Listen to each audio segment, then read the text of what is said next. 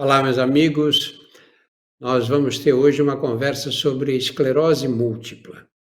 E como essa conversa é destinada a pessoas que não são médicas, eu vou dar uma explicaçãozinha bem sumária do que é esclerose múltipla. A esclerose múltipla é uma doença que a gente chama de desmielinizantes, que é uma doença, um processo de desmielinização. Os nervos todos e os neurônios, quando vão formando as raízes nervosas, eles funcionam, eles têm assim como se fosse um fio encapado, eles têm uma camada protetora do lado de fora, porque como ali há a transmissão de cargas elétricas, se eles ficassem desprotegidos, eles perderiam muito da eficácia que tem. E, no caso da esclerose múltipla, o próprio sistema imunológico da pessoa agride essa camada de mielina. E isso faz com que os nervos comecem a funcionar de uma maneira prejudicada e, com isso, vai provocando dificuldades motoras, especificamente. É uma doença crônica. Você tem esclerose múltipla, vai carregar a doença pela vida inteira e que evolui com fases de remissão, que a pessoa fica bem, fica normal, não sente nada, toca a vida, e fases de progressão. E essas fases têm duração muito variável, de caso para caso, mas a doença sempre progride. Para alguns, mais devagar, anos e anos para a doença progredir, e em outros casos, a evolução costuma ser mais rápida. Eu não gosto de chamar a pessoa que tem esclerose múltipla de uma pessoa doente, que tem uma doença. Eu acho que é mais uma condição. Porque você imagina, se você tem um surto, esse surto em que a doença se agrava, depois passa o surto, muita gente fica normal por meses, anos consecutivos até. Você não pode dizer que a pessoa está doente, né? Ela tem essa condição que é a esclerose múltipla, que a predispõe a uma série de problemas. Nós trouxemos o Dr. Guilherme Olival. Além do Guilherme, vem o Gustavo Sanmartin. Então, nós vamos começar focando um ponto principal aqui, que estava tudo, a vida seguindo como sempre foi. E aí, os doentes com várias doenças, as pessoas saindo aos hospitais, recebendo atendimento, fazendo exames de rotina. Aí vem a Covid, começa de uma hora para outra, né? Foi começo de março do ano passado, apareceram os primeiros casos no Brasil, março morreu o primeiro doente e aí não parou mais, né? Nós estamos convivendo com essa realidade até agora. Eu quero fazer a primeira pergunta para o Gustavo. Gustavo, como é que você sentiu a reação dos pacientes, das pessoas com esclerose múltipla, quando começou a pandemia? Enquanto você me fazia essa pergunta, eu não podia deixar de pensar que, de certa forma, eu me vi recebendo um segundo diagnóstico, como quando eu recebi o diagnóstico de esclerose múltipla, e era tudo muito novo para mim. Eu não sabia o que projetar, o que ia se apresentar para mim nessa vida crônica, e a notícia da pandemia, ela seguiu da mesma forma, né? As pessoas com esclerose múltipla se viram numa situação de não sei o que esperar. E imprevisibilidade, Drauzio, não é algo tão fora da rotina da pessoa com esclerose múltipla assim. Fato é que a pessoa que já vive com a imprevisibilidade de uma doença que pode se manifestar a qualquer momento, passou a se ver duplamente ansioso também pela imprevisibilidade daquilo que se projetava, que era a pandemia. Então, muito medo, muita ansiedade, muita dúvida, muito questionamento se fez presente, assim como no momento do diagnóstico de esclerose múltipla.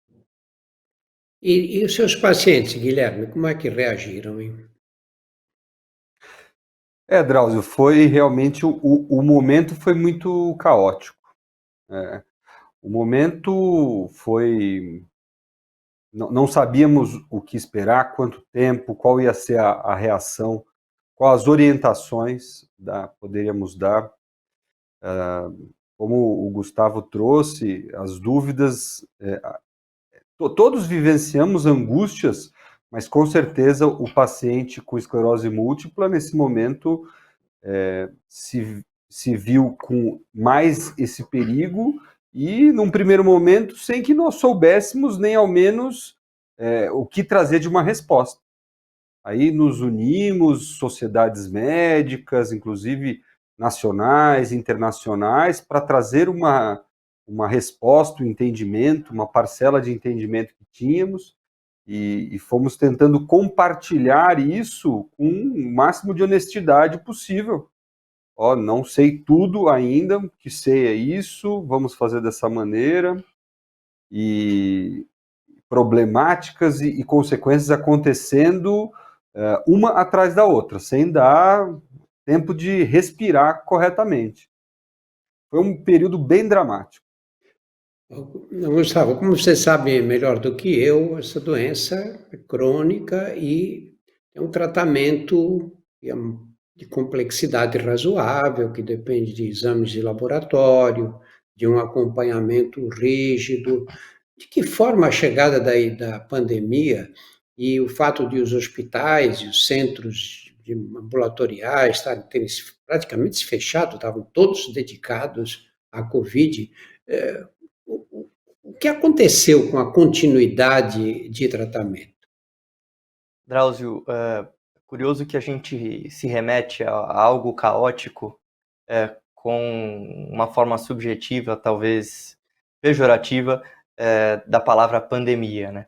E não foi diferente a chegada da notícia da pandemia para aquelas pessoas que já vinham tentando controlar a própria doença, né? Fazer aquilo que elas podiam fazer por elas mesmas. Então, manter o tratamento, as consultas de rotina, eventualmente os exames, e mesmo a busca por qualidade de vida tão importante na esclerose múltipla, eu diria, para os nossos corpos como seres humanos. Então, em meio a esse caos, em meio à pandemia, as pessoas se viram num primeiro momento com muito medo e ansiedade, como eu já comentei, e isso as fizeram ficar mais em casa, né, totalmente restritas ali ao seu convívio social, deixando de procurar os médicos, num país que pouco falava sobre telemedicina, num país que muitas vezes o paciente não consegue ter um contato direto com o seu médico, e isso só criou um contexto onde o paciente se via mais distante da própria doença. Mas numa condição crônica de doença como a esclerose múltipla, quando eu me sinto mais distante da minha doença, eu já me sinto mais distante de qualidade de vida, porque eu fico o tempo inteiro pensando, será que amanhã vem um novo surto? Pensando nas coisas que eu estou deixando de fazer. Mas na balança da ponderação do medo de um surto de esclerose múltipla e do medo de contrair Covid, as pessoas, no primeiro momento, ficaram na opção de deixar a esclerose evoluir, não vou sair de casa. Isso foi um grande problema, imagino que para o Guilherme, ele deva ter visto isso na ponta lá também. Guilherme, esclerose é uma doença crônica que exige um tratamento prolongado, não é? E a gente sabe que todas as doenças que exigem tomada de medicamentos, exames laboratoriais, assim, a longo prazo, tem dificuldade de manter a adesão dos pacientes, né? Você vê o que acontece com quem toma medicamentos para doenças muito mais simples, como hipertensão arterial, diabetes, etc. Como é que você se organizou quando você percebeu que todas as atenções da assistência médica seriam voltadas para a Covid? Estou me lembrando um dado da OMS que 50% dos pacientes com doenças crônicas, em algum momento, eles param a adesão ao tratamento. Nos centros onde eu trabalho, a gente sempre fez um trabalho de prevenção à falha de adesão, com o entendimento de que isso é um dos fatores determinantes para o sucesso do tratamento. Além disso, o que aconteceu naquele momento, nós tivemos que transferir o máximo de informação possível para a rede. Então, comecei a fazer tipo de um uma live semanal para responder perguntas das pessoas que, assim, realmente estavam muito carentes de informações. Tivemos que estruturar todos esses atendimentos, e aqui eu vou contar um segredo para você. Muito antes das aprovações oficiais, começamos a fazer a telemedicina, começamos a atender os pacientes como era possível, e aí depois, com o entendimento da gravidade da doença, eu acabei ficando muito pouco tempo em casa. Acho que fiquei talvez uma semana. O restante paramentava e ia para os hospitais. E felizmente, nos hospitais e na clínica onde eu trabalho, não faltou os equipamentos de proteção individual, porque era um outro drama que foi vivenciado pelas equipes médicas. Quando começou a faltar os chamados EPIs, máscara, os aventais, mas, na verdade, frente à esclerose múltipla, essa é uma experiência minha, de todos os colegas, nós continuamos os atendimentos. Frente a um papel na ABEM, onde lá tem um centro de reabilitação, fisioterapia, psicoterapia, fono, também tivemos que rapidamente adaptar para os atendimentos por telemedicina em especialidades que algumas nunca tinham feito antes. A própria fisioterapia era proibido, né? Então tivemos que aguardar as autorizações, a regulamentação disso.